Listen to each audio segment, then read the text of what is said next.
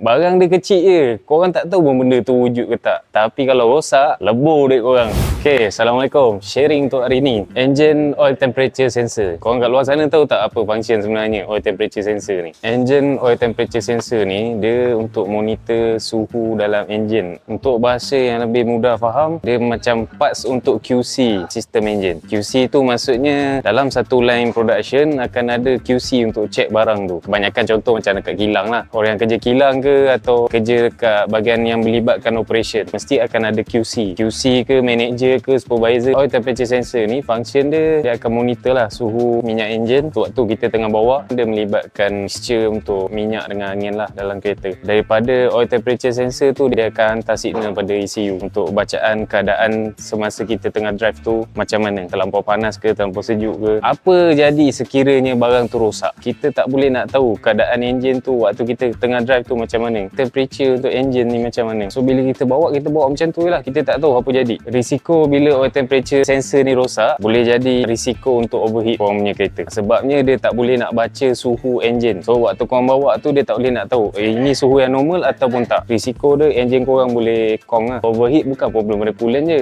Daripada oil temperature sensor pun boleh jadi. Oil temperature sensor ni kalau nak tukar tu tak adalah gunakan modal yang besar. Tapi ikut pada model kereta jugalah. Ada kereta yang susah untuk proses pertukaran tu. Kadang benda-benda macam ni kita selalu terlepas pandang. Sebab macam mana kita nak tahu benda tu rosak? Salah satunya dia akan naik check light. Tapi kalau ada case dia tak naik check light. Dan barang ni bukan macam barang yang normal servis yang korang ambil tahu. Contohnya minyak enjin, minyak gearbox, tayar, brake pad. Dia barang ni memang barang korang tak tahu pun benda tu ada kat situ. So hari ni aku share benda tu kat korang. Nanti next time korang pernah hadapi isu ni, korang tak terkejut. Kalau korang ada masalah untuk kereta-kereta Jerman, BMW, Merc, Audi, Porsche, boleh contact kami di Tasmania Automotive, Seksyen 15 Shah Alam.